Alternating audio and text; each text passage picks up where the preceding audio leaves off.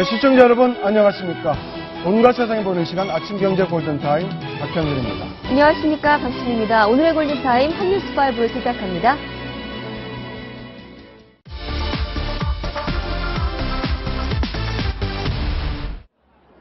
새색 씨와 새신랑은 백발이 성성한 나이가 돼서야 다시 만났습니다. 85살 이순규 할머니는 남편에게 과자를 하나 건네고 수줍은 미소를 짓습니다. 1950년 6월 결혼 6개월 당시 남편은 열흘만 훈련을 받고 오겠다며 집을 나선 뒤 돌아오지 못했습니다. 헤어질 당시 뱃속에 있던 아이는 이제 65살이 됐습니다. 65년 만에 마주한 부부는 눈시울만 붉힌 채 한동안 아무 말도 하지 못했습니다. 신랑은 19살, 할머니 20살. 모자라고 이제 더 많이 그전 모습이 더 많이 나고. 생전에 볼 수나 있을까. 마음 졸였던 여동생은 오빠 품에 안겨 오열했습니다.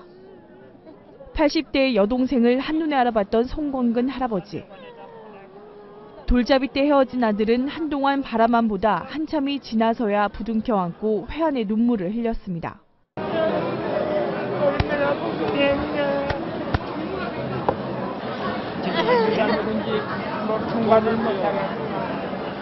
나는 태어나서 아버지 얼굴 처음 보는데 어떻게 알아? 65년의 긴 기다림, 4시간의 짧은 만남이 야속한 하루였습니다. 채널A 뉴스 임수정입니다.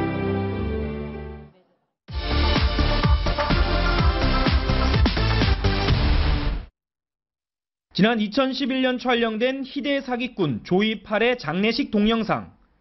남색 패딩 점퍼를 입은 한 남성이 다급히 손을 흔듭니다. 조이 8의 외조카 46살 유모 씨입니다. 장례식을 촬영하는 것도 비상식적인 일이었지만 촬영을 지휘하는 듯한 유 씨의 수상한 행동은 장례식 조작설의 단초가 됐습니다.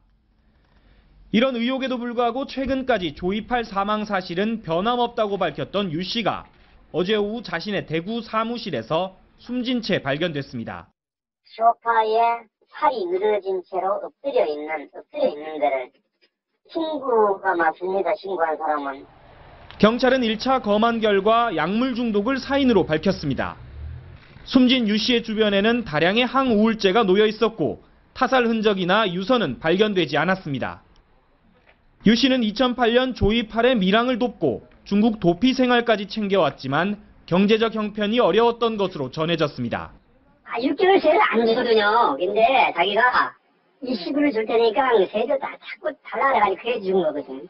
240만 원인데 또 20만 깎아가지고 20만 깎아가지고 220만 원.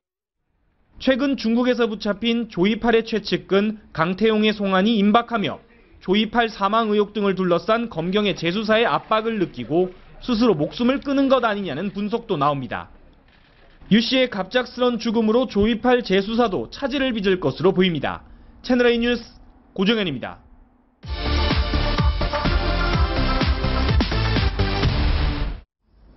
국내 3대 폭력 조직으로 이름을 날린 김태천의 범서방파와 조양은의 양은이파. 세력을 해외로 뻗어 동남아 일대 원정 도박판을 주름잡고 있었습니다. 도박장 규모가 큰 마카오 카지노가 범서방파 계열 광주 송정리파와 충장 오비파, 그리고 양은이파 계열의 학동파의 주 활동 무대입니다. 또 필리핀에서도 범서방파 계열 영산포파가 도박장을 운영하고 있고 충청도 일대에서 활동하는 청주 파라다이스파도 필리핀에 진출했습니다.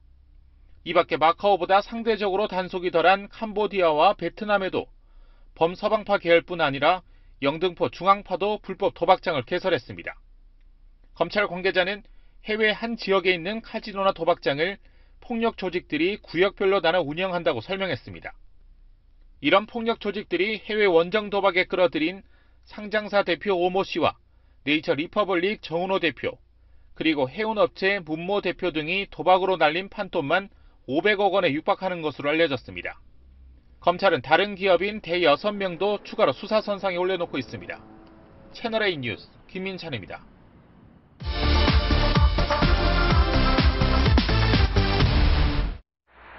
손님으로 위장한 경찰을 향해 한 남성이 다가옵니다. 서울 강남의 한 호텔 객실로 안내하더니 곧 성매매 여성이 도착할 거라고 설명합니다. 쉬고 계시면 편하게 혼자 쉬고 계시면 제가 금방 올라오니까 해드릴 테니까 결제만 지금 제가 일단 도와드릴게요. 이 남성은 성매매 알선업자로 20대 여성들을 고용해 60만 원에서 많게는 150만 원씩 받고 성매매를 알선했습니다. 이들이 고용한 성매매 여성에는 전직 걸그룹 멤버와 대기업 여비서, 연예인 지망생 등이 포함돼 있었습니다. 애인대행, 여비서 등 성매매를 암시하는 온라인 광고를 보고 연락을 한 성매매 남성들을 회원제로 관리했습니다. 강남의 여러 호텔 객실을 빌려 성매매 장소로 이용했는데 매일 호텔과 객실을 바꾸며 경찰의 단속을 피했습니다. 경찰은 고액 성매매를 알선한 31살 박모 씨를 구속하고 성매매 여성 등 27명을 수사하고 있습니다. 또 성매수 남성 10여 명의 신원을 파악해 형사처벌할 방침입니다. 채널A 뉴스 서한환입니다.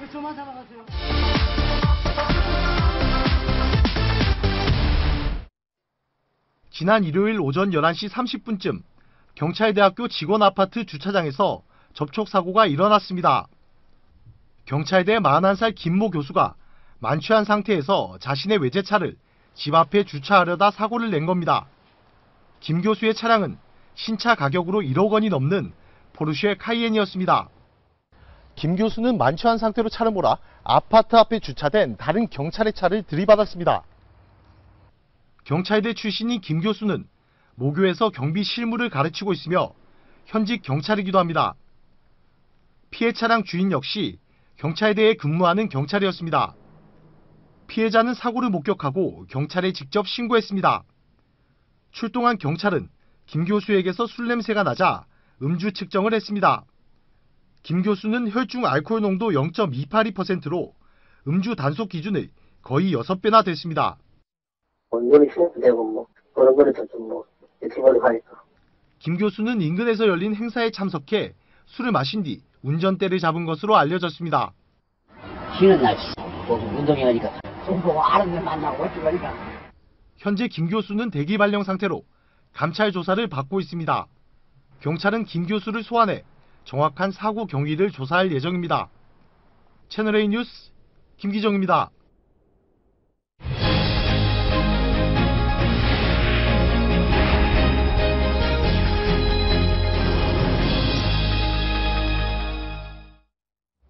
생활 필수품이 된 휴대전화 비용, 가계 지출에서 차지하는 비중이 상당해졌습니다.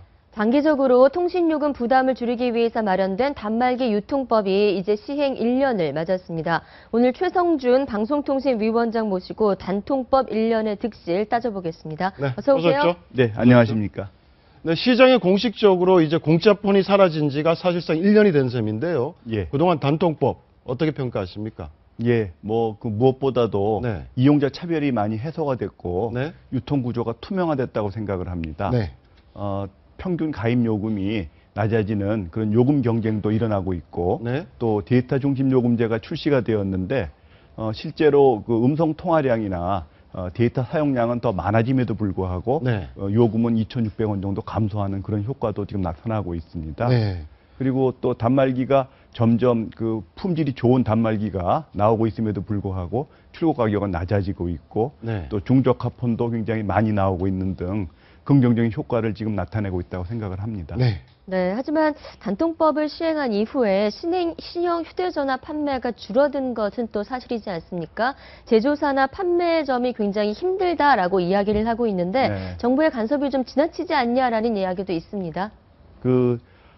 2011년에 이미 그 이동통신 시장이 포화 상태가 됐습니다. 그래서 그때부터 사실 그 단말기 판매 대수는 10%씩 지금 줄어들어 왔었습니다. 그리고 그 단말기 유통법 시행 이전에 그 일일 가입자 수하고 그 다음에 그 이후에 일일 가입자 수를 비교를 해보면 초창기에는 약간 좀 감소했지만 지금은 거의 비슷한 수준을 나타내고 있습니다. 네. 그러다 보니까 이제 제조사 입장에서는 뭐 그런 말씀 하실 수 있습니다만은 저희가 파악하기로는 전체적인 흐름에서 벗어나지 않는 그런 상황이라고 생각이 되고요.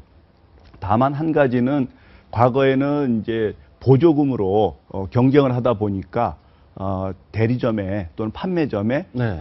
그 많은 장려금을 줘가지고 네. 그걸로 경쟁이 이루어졌었습니다. 네. 그런데 이제 투명한 시장이 되니까 그것이 평균화되다 보니까 일부 판매점들이 좀 어려움을 겪고 있는 것도 알고 있습니다. 그래서 그런 부분에 대해서는 이동통신사들하고 서로 상생할 수 있는 방안을 네. 지금 계속 추진을 하고 있습니다. 네, 알겠습니다. 지금 현재 단말기 지원금 상한 금액이 33만 원을 알고 있는데요. 네, 이것을 좀 높이거나 과거 공짜폰 이용했던 분들 사이에서는 상한액을 좀 높이거나 없애야 된다는 뭐 여러 가지 얘기들이 나오고 있는데 네. 어떻게 보십니까?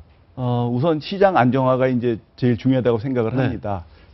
그런데 그 과거에도 이게 잘 생각을 해보시면 그 프리미엄 단말기가 처음 나왔을 때는 공짜폰이 없었습니다. 네. 시간이 좀 지난 다음에 네, 이제 네. 공짜폰이 나오기 시작을 했고 그마저도 극히 일부의 사람들만 정보를 얻어가지고 살 수가 있었습니다.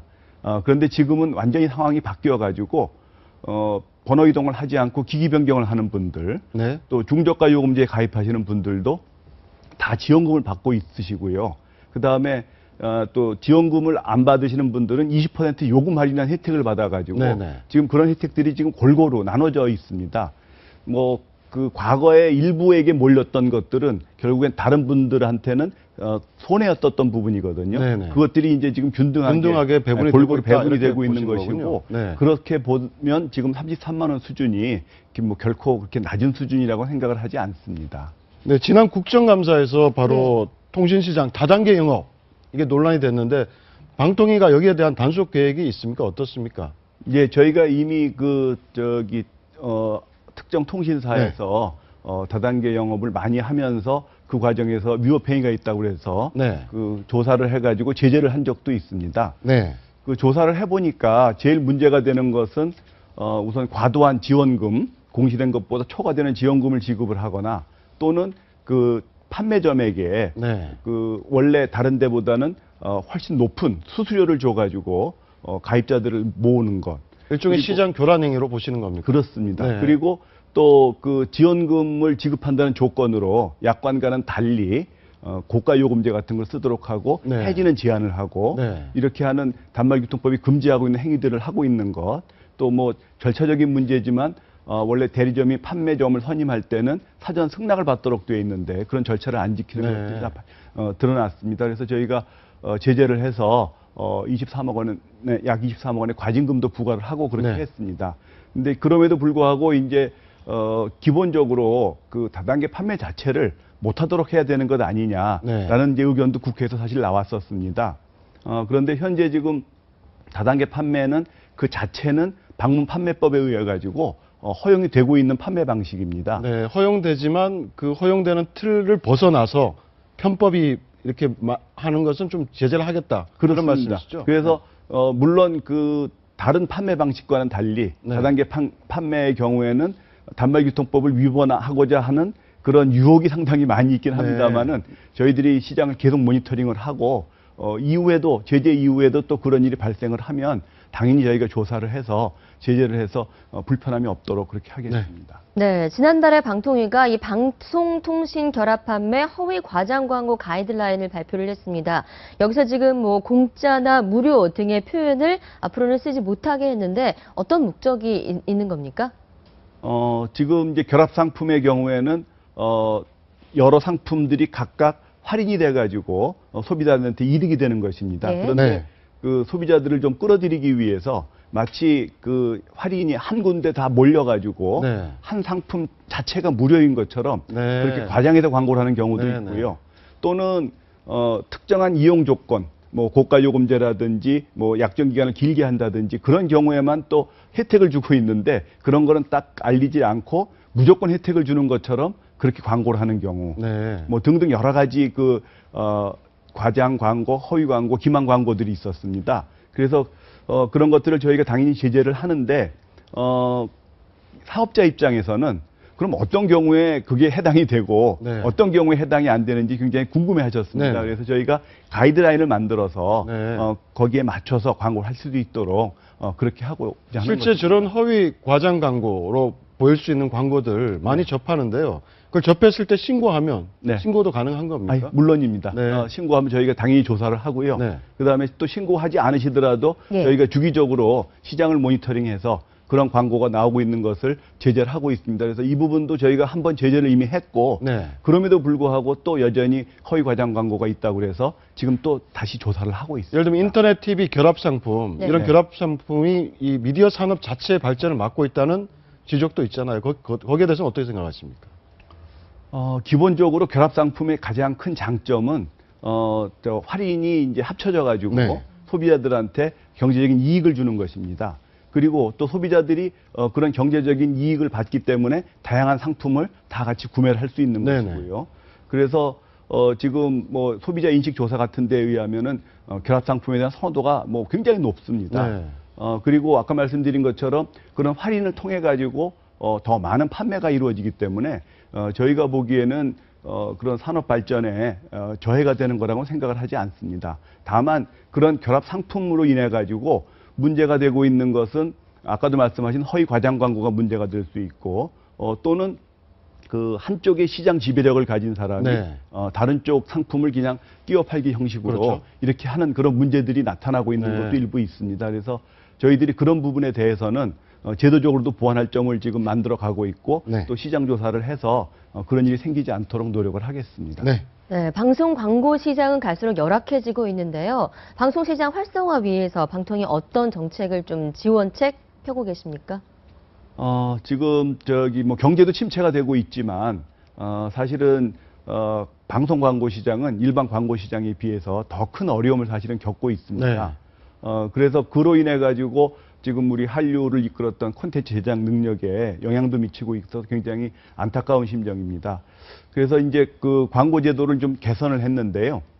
우선 개선한 거는 그 매 프로그램에 따라서 광고 시간을 정하는 것이 아니고 전체 시간에 따라서 광고 총량제로 네. 운영을 할 수 있도록 하고 그 다음에 그 광고의 내용의 제한을 좀 많이 해소를 했습니다. 그리고 아무래도 지금 다양한 매체가 나오다 보니까 광고를 보시는 분들이 이제 프로그램 앞뒤에 붙는 광고는 잘 안 보시기 때문에 프로그램 속에서 자연스럽게 녹아 들어가 있는 가상 광고나 네.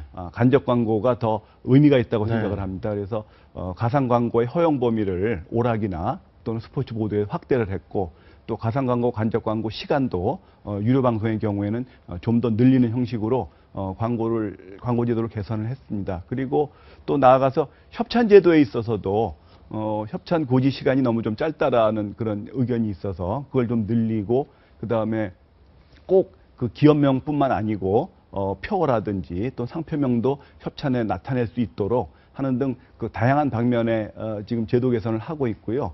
또 더 나아가서는 중소기업이 좀 광고를 활발하게 할 필요가 있다고 생각이 돼서 네네. 중소기업이 광고를 제작하는 것 지원하고 또 송출하는 걸 할인해주는 그런 제도들도 운영을 하고 있습니다. 방송 시장의 균형적 발전 굉장히 중요한데요. 종합편성 채널 등 신생 방송 사업자들 시장 안착을 위한 뭐 방통위 차원의 뭐 지원 정책이라든지 이런 게 있습니까? 예, 지금 뭐 워낙 그 매체들이 다양해지고 그러다 보니까는 서로 이해관계가 충돌되고 경쟁이 좀 심화되는 면이 있습니다. 그렇지만 방송통신위원회 입장에서는 당연히 이런 매체들이 원래 그 설립된 목적에 맞게 균형적으로 발전을 해야 된다고 생각을 합니다. 네. 그래서 그런 의미에서 아까 말씀드린 이제 광고제도 개선에 있어서도 그 종합편성 채널의 경우에는 일정의 차등 규제를 좀 하고 있습니다. 뭐 네. 중간 광고를 허용을 한다든지 또는 광고 시간을 더 준다든지 하는 그리고 그다음에 방송통신발전기금 면에 있어서도 아직 종합편성 채널의 경우에는 지금 적자 상태인 걸 감안해 가지고 네. 최소한의 부과를 하되 그 부과도 유예를 하고 지금 내년부터 부과하는 것으로 저희가 정책을 세워놓고 있습니다. 네, 알겠습니다. 네, 가시기 전에 채널A에서 즐겨보는 프로그램 있으십니까? 그 전에는 이제 먹거리 엑스파일을 좀 예. 많이 봤고요. 요새는 그 웰빙 삶에 또 대한 관심이 있어가지고 갈 때까지 가보자 낭만 별고 예. 그걸 재밌게 보고 있습니다. 네, 알겠습니다. 오늘 말씀 고맙습니다. 네, 감사합니다. 감사합니다. 네, 하늘이 무너져도 솟아날 구멍이 있습니다.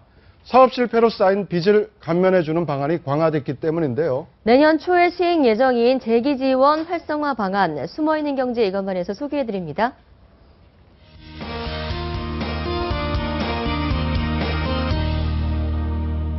네, 오늘은 사업 실패자의 빚을 최대 75%까지 감면해주는 대기 지원 활성화 방안을 알려드리겠습니다. 정부가 사업 실패 후 재도전에 나서는 사람들을 돕기 위해 내년 초부터 재창업자의 기존 정책금융기관 연대보증채무를 최대 75%까지 감면하고 신용등급도 한층 빨리 회복시켜주기로 했습니다.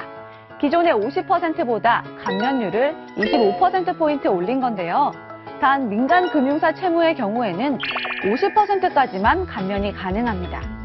또 사업 실패 과정에서 떨어진 신용등급 등 부정적인 신용 정보에 대해서는 공유를 최소화하고 원금을 성실하게 상환하는 경우에 한해서는 신용등급도 더 빨리 올려주기로 했는데요.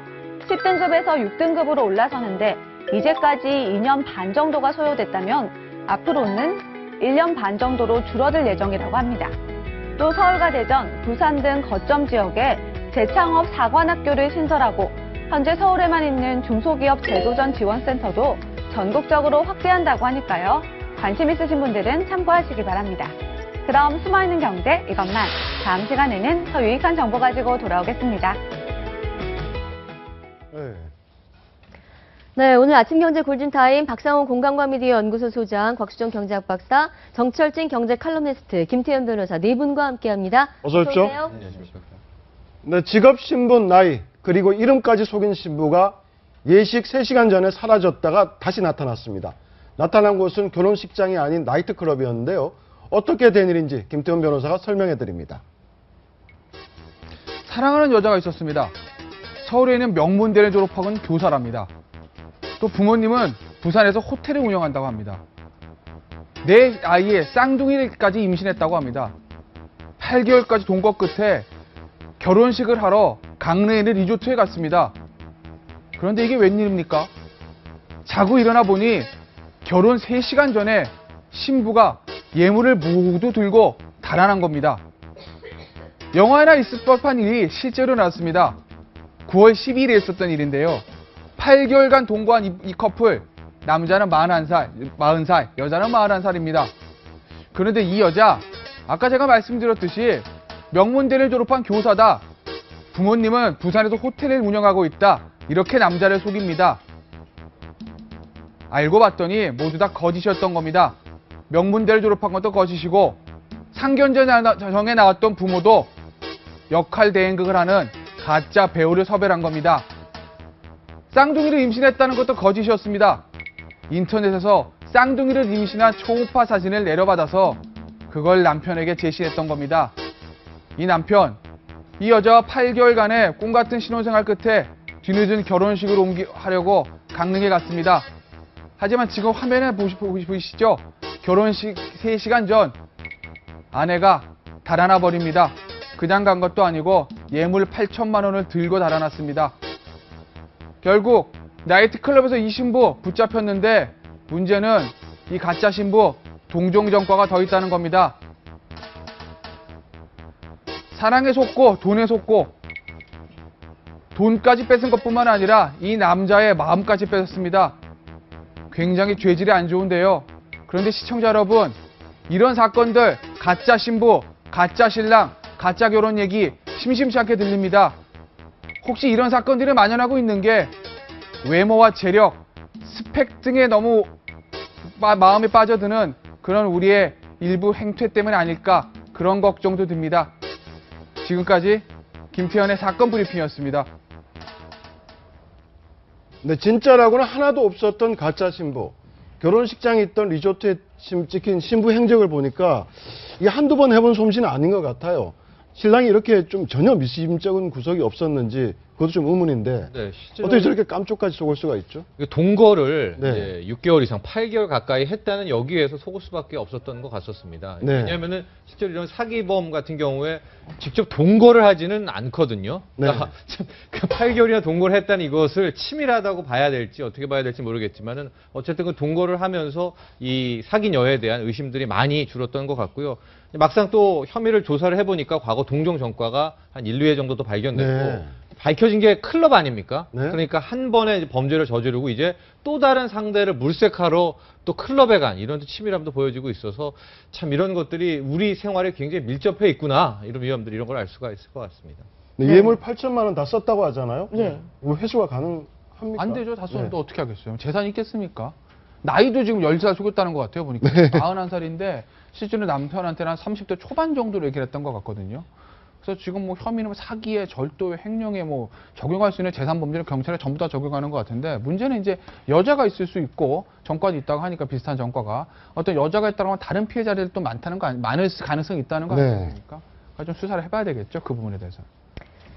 네, 다음 얘기 넘어가 보겠습니다. 정규 시즌을 5년 연속 재패하며 쾌속 질주하던 네. 삼성 라이온즈, 이 해외 원정 도박 의혹에 고개를 숙였습니다. 혐의가 입증되진 않았지만 논란은 피해가겠다라는 건데 삼성 라이온즈의 공식 입장 먼저 들어보시죠. 네. 삼성 라이온스 야구단은 최근 소속 선수의 도박 의혹과 관련해 무리를 빚은 점에 대해 프로야구를 사랑하는 팬들과 국민들께 진심으로 사과드립니다.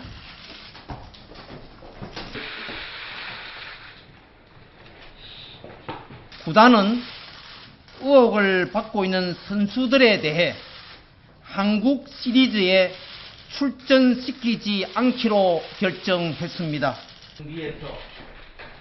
네, 어떻습니까? 실명은 거론하지 않았지만 네. 출전이 유력했던 선수들 중에서 엔트리에 빠진 선수가 아무래도 도박 의혹을 받고 있다. 이렇게 봐야 되겠죠? 네, 그렇게 봐야 될 것 같고요. 당초 지금 경찰 수사는 2명입니다. 선수 2명에 이제 계좌 압수수색하고 통신기록 수사를 하고 있는데 어제 삼성 라이온즈 측은 이 2명뿐만이 아니라 앞으로 수사도 확대되면 여기에 포함이 될 수 있는 선수 1명까지 해서 총 엔트리에서는 이제 3명을 네. 제외시키겠다라고 얘기를 해서 아마도 그 엔트리가 한 7일 정도, 6일에서 7일 정도 남았는데 나오게 되면 아마 전 국민적으로 이제 뭐 썰로만 돌아다니고 있는데 그 3명의 뭐 윤곽들이 공개적으로 드러나지 않을까. 시간 문제인 것 같아요. 네. 실명이 드러나는 건. 이미 네. 이 사건이 처음에 보도될 때요. 그날부터 인터넷에는 누구누구다라는 얘기가 다 돌았어요. 사실 네. 그 선수들이 도박을 하고 있다는 소문들은 야구판에서 예전부터 있었거든요. 물론 소문입니다. 그렇기 때문에 이 사건이 딱 터져서 누구다라는 실명이 다 나왔었고 우리나라를 대표할 만한 정말 특급 선수들인 거죠.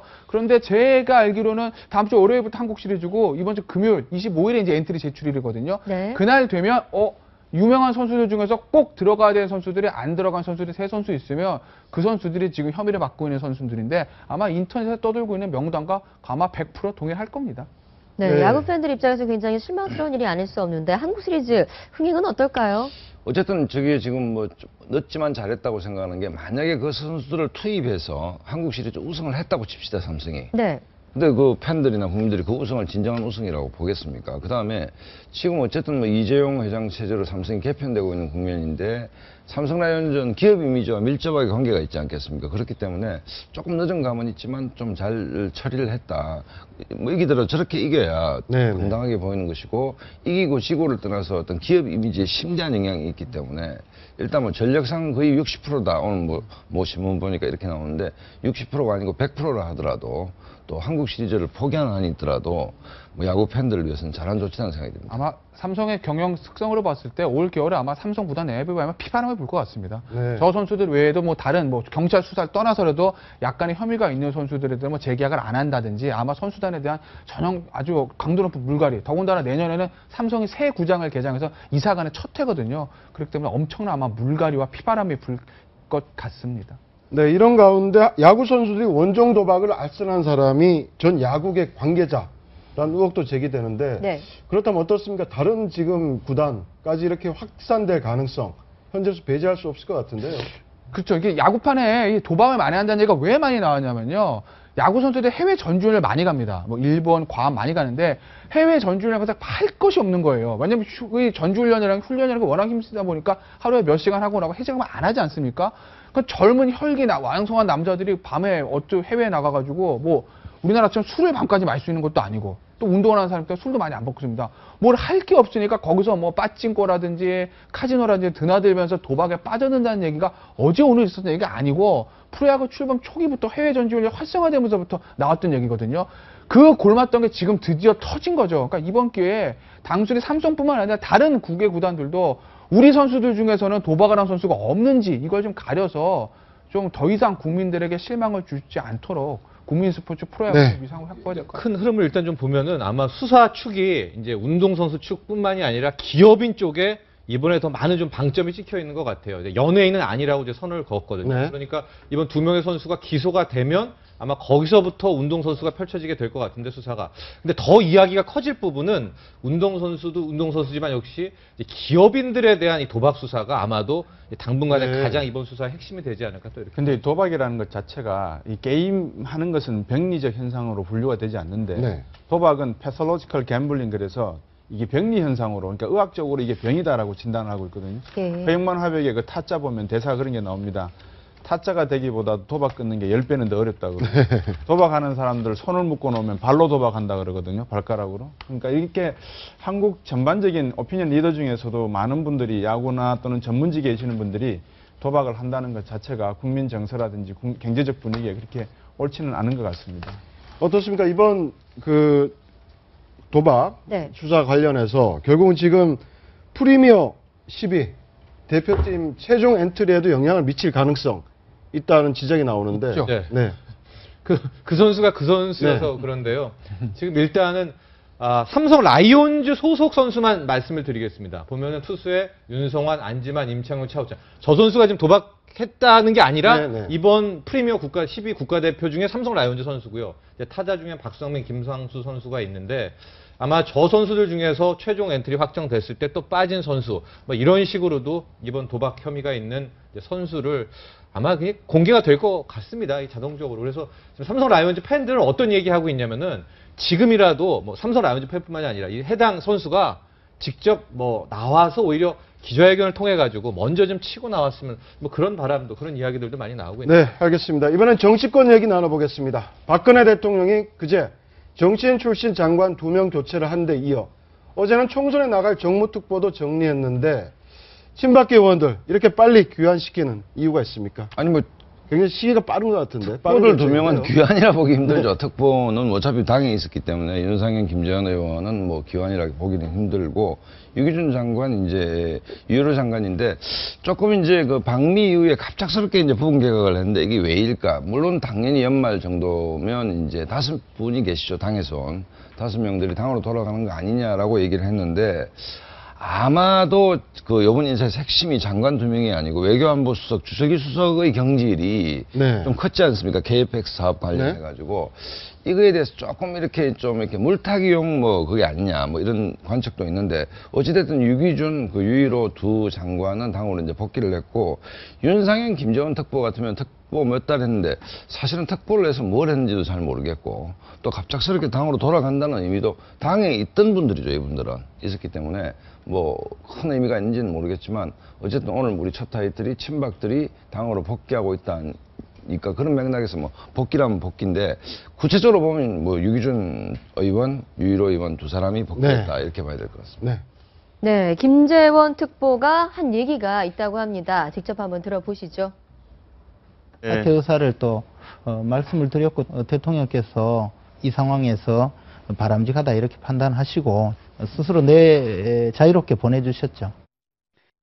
네, 자유롭게 보내주셨다. 박근혜 대통령이라고 김재원 특보가 말을 했는데 총선용이라고는 하지만 친박 돌려막기가 아니냐라는 비판도 나오고 있는 게 사실이에요. 총선용이라기보다는 좀 비판의 어떤 지점이 있는 것이 이제 입법부와 행정부가 다른데 현역 의원, 그러니까 어쨌든 여당이든 여당이든 행정부를 감시해야 되는 국회의원이 대통령의 행정부 수장이 대통령이 보좌관을 맡는 게 과연 타당한 것인가 해서 애시당초 처음부터 논란이 있었죠. 논란이 있었던 것이고 뭐 그렇다 하더라도 이 두 분이 대통령 특보를 하면서 뭘 했는지도 애매하고 미국 순방 때 동행하고 그다음에 갑자기 뭐 또 당으로 돌아갔다. 이게 무슨 의미가 있는지 국민들이 좀 의아하게 생각하죠, 사실은. 근데 어쨌든 뭐 특보를 뭐 보좌진이니까 본인이 무슨 일을 했다라고는 밝히지 못하겠지만 몇 달 특보하고 다시 당으로 돌아갔다. 뭐 좀 완장 뭐 하나 명함 이력서에 한 줄 써준 것도 아니고 이 부분들은 어떤 정권이 오든지 국회의원들이 대통령의 어떤 특보라는 명함을 파고 접근해서 보장하는 문제는 좀 지양돼야 되는 게 아닌가 이런 생각이 듭니다. 그러니까 이제 박근혜 대통령이 누차 강조했듯이 의회 중심의 어떤 민주주의 정치 절차가 우리나라에서 많이 부족한 부분 같다. 그래서 국회를 중시하는 그런 정치를 많이 강조하셨던 것 같습니다. 그렇지만 우리나라 이제 정무수석이나 이런 부분이 많이 부족했고 능력 측면에서 그래서 김재원과 윤상현 의원을 정무 특보로 임명을 하시고 나름대로 국회와의 어떤 소통 과정에서 활용하고자 했던 바가 있었던 것 같습니다. 그렇지만 이제 윤상현 의원 같은 경우는 제 기억에 남는다 그러면 러시아를 방문했을 때 김양근 위원장하고 갑자기 만나가지고 뒤따라가면서 대화를 나눴던 그 장면이 생각이 나고 그리고 또 김재원 의원 같은 경우에는 세월호 사태라든지 여러 가지 일을 앞장서서 무마시키거나 또는 이 조치를 하는 과정에서 역할을 했던 걸로 생각이 나는데 말씀하셨던 대로 대통령께서 수석 회의 때 장관이나 기타 많은 분들이 자신의 맡은 일에 좀 전념을 해줬으면 좋겠다라는 말씀을 하셨는데 또 이 부분에 있어서는 자유롭게 자기를 보내줬다라는 표현을 썼지만 어떤 그런 친박과 비박 간의 어떤 새누리당 안에서의 어떤 갈등 구조라든지 내지는 정무의 어떤 뭐 중요성이 없다 이렇게 판단하시는지 모르겠습니다만 향후에 이 두 분 국회의원들의 역할이나 이런 부분들이 상당히 좀 관심을 끌고는 같습니다. 최경환 경제부총리의 귀환도 사실상 초읽기에 들어갔는데 최경환 부총리가 복귀를 하면 이제 대구 경북 지역에 공천에 영향을 미칠 것이라는 분석도 있어요. 이렇게 되면 우중민 전 원내대표와의 대리전이라든지 뭐 어떻습니까? 지역 물갈이론 현실화될 가능성이 있는 거 아닙니까? 19대부터 사실은 TK 지역은 최경환 부총리하고 유승민 의원 간에 팽팽하게 있었는데 19대 공천에서 파다하게 최경환 부총리의 영향이 컸다라는 얘기는 있습니다. 어쨌든 뭐 최경환 부총리가 이제 예산 끝나면 연말쯤 돌아오겠죠. 돌아왔을 때는 박근혜 정부하에서는 뭐 가장 영향이 큰 분은 누가 뭐 해도 최경환 부총리이기 때문에 공천에 영향을 미친다는 건 19대 때는 가능했을지는 모르겠는데 20대 때 과연 그게 가능할 것인가. 예를 들어서 어떤 형태든 상향식 이 가미되는 공천일 수밖에 없기 때문에 뭐 우선 추천제를 갖고 논란이 있지만 19대만큼 그렇게 어떤 특정 정치인이 이 공천에 깊숙이 영향을 미치기는 좀 상대적으로 힘든 게 아닌가 이런 생각입니다. 저는 개인적으로 생각에 만약에 지금 뭐 친박이나 이런 장수들을 지금 다시 국회로 돌려보내고 있다는 측면을 놓고 향후에 어떤 TK의 입지를 감안한 행동이라고 하면 상당히 자기 스스로 새누리당 안에서 자기의 그 활동폭을 줄여나가는 형태인 것 같다. 왜냐하면 국정교과서 문제 가지고 이미 전선이 TK 중심에서만 있는 게 아니라 수도권으로 좀 확대되고 있고 여론 자체도 상당히 악화되고 있는 상황인데 TK 쪽의 입장을 강조하고 친박을 강조해서 과연 김무성 대표가 말하는 오픈 프라이머리를 배제한 상태에서 공천 과정에 들어갔을 때 국민 여론은 또 어떤 방향으로 나갈지 새누리당의 장기 집권이라든지 미래 총선 결과를 놓고 본다면 지금과 같은 지나친 행보는 자칫 자신의 그 활동 바운더리를 좀 가두는 그런 악영향을 줄 수도 있다는 생각도 듭니다. 네, 한편 박근혜 대통령과 여야 대표 그리고 원내대표까지 모두 포함한 5자 회담이 내일 열리게 됩니다. 새정치연합의 문재인 대표는 당초에 3자 회담을 역제안을 했었는데 접은 이유, 이종걸 원내대표의 어떤 비판 때문이었을까요?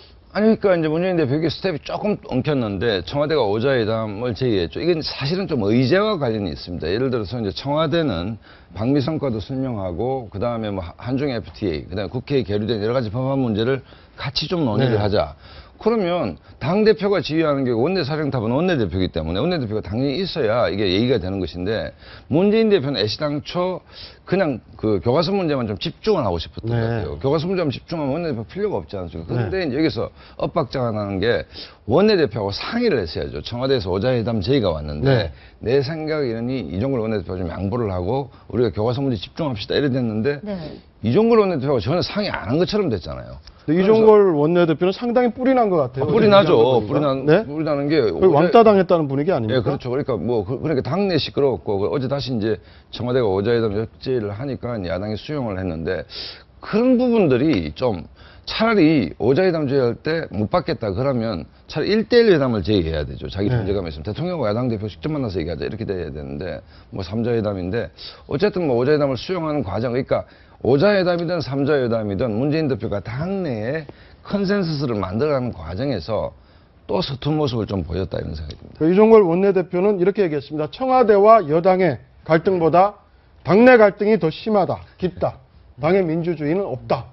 굉장히 강도 높은 발언 아닙니까? 저게 이제 새정치연합의 지금의 상황을 잘 보여주는 것 같아요. 어떻게 보면 별건 아니거든요. 별건 아니에요. 오자마자 3자마자 회담을 하는 게 중요한 거지. 물론 전략적으로 좀 차이는 있습니다. 야당 입장에선. 하지만 별건 아닌데 이걸 가지고 이게 뉴스거리가 된다는 것 자체가 문제가 된다는 것이 문재인 대표 입장에서 보면 아까 박상훈 소장 얘기하신 대로 야 이거 이렇게 됐는데 내가 아무래도 국정 교과서에 집중하니까 3자도 맞을 것 같다. 그런 판단이 들었으면 원내대표 상의를 해야 되는 게 맞거든요. 네. 그게 하나 잘못된 거고 원내대표 입장에서도 굉장히 서운하긴 하겠지만 이걸 가지고 밖에 나가서 야 우리 당내 민주주의 이렇게 되고 말이야. 난 전화도 못 받았고 말이지. 전화 한 통해도 내가 해도 받질 않네. 이런 당내 갈등의 모습을 외부로 표출하는 게 과연 옳은가라는 측면을 살펴보면 그러면 야당의 이 내용이 우리가 외부에서 보는 것 이상으로 굉장히 깊고 두 사람 즉 문재인 대표와 이종걸 원내대표뿐만 아니라 친노와 비노의 어떤 이 갈등의 골이 굉장히 깊다는 걸 보여주는 단적인 장면이 아닐까 그렇게 보이네요. 네, 그런가 하면 박근혜 대통령 미국 방문 이후에 바쁜 행보 보이고 있는데 미국을 방문했을 당시에 한미 동맹의 어떤 역사가 담긴 사진들을 네. 받았다고요? 어떤 사진입니까? 네, 지금 화면 나오고 네, 있죠. 저 예전에 보면 이제 아버지 이제 박정희 대통령이죠. 박정희 대통령이 이제 미국 방문하셨다가 아마 제 기억에 린든 존슨 대통령 만나시고 오는 것 같은데 예. 그 방미하고 돌아오실 때 저 비행기가 당시에 에어포스 1입니다. 네. 당시 에어포스 1이고 저 전화기가 뭐냐면 유령 소장이 좀 환하게 웃고 계시잖아요. 저 전화기가 그 당시에만 해도 위성 전화죠. 지금은 비행기에서는 위성전화 많지만 저 당시에 저 위성전화는 저건 무슨 하늘에서 떨어진 무슨 희한한 물건 아닙니까? 1965년. 그렇죠. 65년이니까. 그러니까 그 전화를 써보시니 그 육정수 여사께서 굉장히 신기하셨던 거고 그래서 이제 박정희 대통령과 환하게 웃으시면서 전화했던 저 사진을 미국에서 따님인 박근혜 대통령이 선물을 하는 거죠. 아, 예전에 부모님이 우리나라 오셨을 때 이런 장면이 있었다고. 그러니까 박근혜 대통령이 굉장히 좋아하시지 않으셨겠어요? 아, 그리고 나오듯이 지금 통화를 한국에 있던 당시의 영예인 박근혜 대통령과 통화를 했다고 합니다. 딸 뭐해? 엄마는 여기 비행기야? 뭐 이런 대화하지 않았겠어요? 굉장히 신기했던 대화겠죠, 그 당시. 그러니까 박근혜 대통령 굉장히 좋아하셨을 것 같아요. 린든 존슨 대통령 당시에 우리가 월남에 파병을 해야 됐던 문제가 있었고 그다음에 전 대통령 전용기를 보내줬고 저는 저걸 보고 경제하는 사람으로서 느꼈던 게 65년도에 벌써 위성전화를 썼구나. 그 신강생이 64년도에 나왔습니다. 그러니까 일본과 미국이라고 하는 나라의 기술 개발을 보면서 우리 경제도 좀 더 나가야 될 부분이 분명히 존재하구나 하는 느낌을 받았습니다. 네, 알겠습니다. 지금까지 정치권 소식 짚어봤습니다. 고맙습니다. 감사합니다. 네.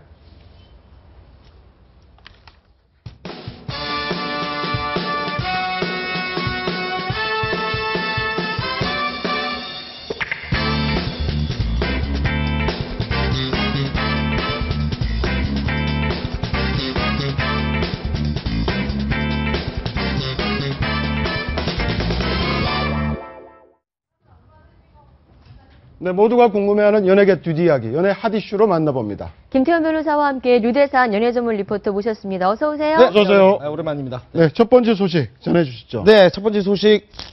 고 신해철 일찍이 그리운 그대에게라는 키워드인데 이 마왕 신해철 씨가 우리 곁을 떠난 지 이제 벌써 1년이 지나면서 많은 사람들이 신해철 씨를 기억하고자 하는 이제 움직임이 이어지고 있습니다. 일단 이달 25일에 신해철 씨의 유골이 안치되어 있는 경기도 안성의 유토피아 추모관에서 신해철을 사랑하는 사람들과 팬들이 모여서 지금 히어 아이 스탠드 포라는 또 추모식을 진행할 예정이라고 합니다. 그래서 지금 많은 분들이 또 찾고 있고요. 그리고 신해철 씨의 또 친척으로 알려져 있죠. 가수 서태지 씨와 동료 가수 김종서 씨가 또 가족들과 함께 이미 추모관을 찾은 것으로 알려져 있고 이달 27일에는 또 고인의 유작이 또 세 곡이 포함된 웰컴 투 더 리얼 월드라는 곳이 이제 또 LP판으로 또 출시가 될 예정이라고 하니까요. 많은 분들께서 또 고 신해철 씨 많이 또 기억해 주셨으면 좋겠다는 그런 생각을 한번 가져봅니다. 네, 벌써 일주기인데 신해철 씨의 죽음을 둘러싼 진실 공방 1년의 시간이 지났지만 아직도 별다른 결론이 없이 좀 진행되고 있는 것 같은데 오늘 이 형사사건의 첫 재판이 열릴 예정이고요. 네, 그렇죠. 민사 손해배상은 이미 한 2번에서 3번 정도의 재판길이 진행이 됐고 형사 재판이 있죠. 그 이제 S병원의 강모 원장에 대한 어떤 업무상 과실치사 혐의의 형사 재판이 오늘부터 시작이죠. 역시 뭐 쟁점은 의료과실이 있냐 없냐입니다. 당시에 뭐 위 축소 수술을 하는 부분에 대한 설명을 잘 했는지 아니면 신해철 씨가 복통을 요구했을 때 그 후에 사후 조치를 잘 했는지 그런 부분들이 쟁점이 될 것으로 보입니다. 네, 알겠습니다. 다음 소식 뜯어보죠. 다음 소식 가보겠습니다. 다음 소식은 소녀시대는 소녀시대가 이게 무슨 말입니까? 네, 이거 무슨 말이냐면 이제 소녀시대가 2007년 7월에 데뷔를 하면서 이 소속사 SM 엔터테인먼트에서 이 소녀시대라는 명칭을 상표로 이제 등록을 하게 되는데 한 열흘 좀 뒤에 이제 이 사업가 김 씨가 나도 이 제품에 이 소녀시대라는 이름을 쓰고 싶다라고 신청을 하게 되고 이게 이제 특허 법원으로 가게 됩니다. 네. 그런데 이 당시 특허 법원에서는 뭐 큰 문제가 되지 않는다라면서 이 김 씨의 손을 들어줬는데 이번에 이제 대법원에서 이 원심을 깨고 소녀시대는 소녀시대가 써야 된다라는 뭐 그런 얘기를 했는데 김태우 변호사님은 이게요, SM에서 처음에 소녀시대를 등록했을 때 상표 등록할 때 어디에 한정했냐면 뭐 음반, 그 다음에 비디오 이런 이제 그것에서 영화 이런 거에 네. 한정을 했었는데 이 김 씨는 의류와 식품 쪽에 등록을 했습니다. 네. 그러니까 특허법에서 봤을 때 야 전혀 틀리다. 이쪽은 음반이고 이쪽은 먹는 거기 때문에 옷에다가 소녀시대 붙인다고 SM 소녀시대 헷갈리겠니? 이게 이제 특허법원의 판단이었는데 대법원의 판단이 아니었던 거죠. 소녀시대는 이미 전국이 아니라 아시아에서 유명한 어떤 업체들이기 때문에 가수기 때문에 만약에 의류에 소녀시대 명칭을 달고 나오면 소비자들이 봤을 때 야 저거 SM 소녀시대 아니야? 이렇게 오해할 가능성은 충분히 있다. 그러니까 상표 쓰지 마라 라고 얘기를 했던 것이죠. 네, 신화 빅뱅 이런 데도 비슷한 뭐 이런 분쟁이 일어날 수도 있는 거네요. 네, 원래 있단 그렇죠. 말이잖아요. 네. 빅뱅 같은 거나 뭐 이런 거는 사실은. 그렇죠. 어떻게 보면은 그 굉장히 오래된 이제 그룹 신화라든지 그 인기 그룹 이제 빅뱅 같은 경우에는 그 전에도 이미 있었던 이름들인데 이런 거 같은 경우는 어떤가요? 이제 또 이렇게 그쪽에서 먼저 제기를 하면은 이 경우도 아마 이번 대법원 판단과 똑같은 판단을 받을 거예요. 아마 대법원에서 이미 이런 정도로 정리를 해줬기 때문에 만약에 예를 들어서 빅뱅 뭐 과자나 빅뱅 음료수 같은 거를 등록해 주신 분은 이 YG 가서 허락을 받으셔야 쓸 수 있을 겁니다. 네. 네, 자, 세 번째 소식 넘어가 보도록 하겠습니다. 저 원빈 씨. 씨인데요? 네, 5년의 무소식 원빈 기다리다 지친다. 네, 사실 원빈 씨가 이번에 또 신과 함께라는 영화에 또 출연 제의가 들어왔는데 최종적으로 이제 고사를 하면서 5년의 긴 공백 기간 동안 많은 기다렸던 팬들이 또 실망감을 또 가졌다 이런 내용인데 이렇게 되면 원빈 씨 같은 경우에는 이제 2010년도에 출연했던 영화 아저씨 이후에 5년 동안 단 한 작품에서도 얼굴을 비추지 않고 있는 그런 모습이거든요. 근데 이제 일각에서는 이제 원빈 씨가 이제 영화 아저씨가 크게 흥행을 하면서 많이 또 신중해져 있고 또 이 공백 기간이 길어지면 길어질수록 그 신중감이 더욱더 가해지고 있다. 그건 당연한 것이다. 뭐 이렇게 얘기를 하는데 또 다른 한편으로는 이 신중함이 좀 독이 될 수 있다. 뭐 이런 얘기를 하고 있습니다. 네. 왜냐하면은 지금 원빈 씨를 이끌어서 올림픽 배우다. 올림픽 배우. 예, 올림픽 뭡니까? 선수처럼 거의 뭐 한 4년 만에 한번 돌아온다. 혹은 더 오랫동안 모습을 보이지 않는다. 뭐 이런 얘기를 좀 하고 있는데 혹시 또 복귀를 좀 두려워하고 있지 않나. 뭐 이런 얘기까지 지금 나오고 있거든요. 그래서 원빈 씨가 좀 빨리 차기작을 선택해서 팬들에게 좀 돌아오면 좋지 않을까. 그런 생각을 좀 가져봅니다. 네. 네, 원빈 씨 같은 경우에는 5년여의 공백이 있는 기간 동안 CF를 네. 한 40편 정도를 찍었다고 하는데. 꽤 많이 찍었죠. 네, 또 몸값이 굉장히 높으니까 40편이면 도대체 수익이 어느 정도일까 어마어마하죠. 생각이 들고요. 한잔하네요. 체런트 7, 8억이 자막 74, 28, 280억입니다. 예. 매년 영화 하나 찍는 것보다는 CF 40번 하는 게 수입률이 훨씬 나은 것 같은데 그런데 원빈 씨를 좋아하는 팬, 저처럼 그 아저씨에서의 원빈 씨의 강렬한 모습들을 기억하는 사람들을 위해서 또 멋진 영화로 돌아와줬으면 하는 바람이 있네요. 금방 올림픽 배우라고 얘기하셨잖아요. 네네네. 이렇게 오랜 공백 기간을 갖는 배우 또 있습니까? 그렇습니다. 이게 뭐 올림픽보다 만나기 힘든 배우도 지금 나오고 있는데 먼저 원빈 씨가 공백기 5년 그리고 배용준 씨가 이제 드라마 태왕사신기 2007년 이후에 지금 공백기 8년이고요. 이제 원빈 씨의 짝이죠. 이나영 씨가 또 공백기 3년, 영화 하울링 이후에 3년이고요. 그리고 한가인 씨가 지금 또 해를 품은 달 이후에 공백기 3년 요런 식으로 이제 공백기를 가지고 있는. 저 배우 중에 가장 지금 컴백이 가장 빠를 걸로 보이는 네. 예상되는 배우는 어떤 배우가 있을까요? 일단은 뭐 다 친분이 없어요, 저하고는. 그래서 네. 뭐 이렇게 물어보지는 못했는데 일단은 그래도 이렇게 봤을 때 배용준 씨 같은 경우는 이제 어떻게 보면은 본인의 회사 대표로 지금 또 있기 사업을 하고 있기 때문에. 사업가로 이제 이미지를 바꿨기 때문에 아마 배용준 씨가 컴백하는 게 좀 제일 힘들지 않을까. 네. 복귀하는 게 힘들지 않을까 생각이 들고 제 개인적인 바람으로는 우리 이나영 씨가 빨리 컴백했으면 좋겠습니다. 네, 알겠습니다. 지금까지 연예계 소식 짚어봤습니다. 고맙습니다. 고맙습니다. 네, 지금까지 아침 경제 골든타임이었습니다. 고맙습니다.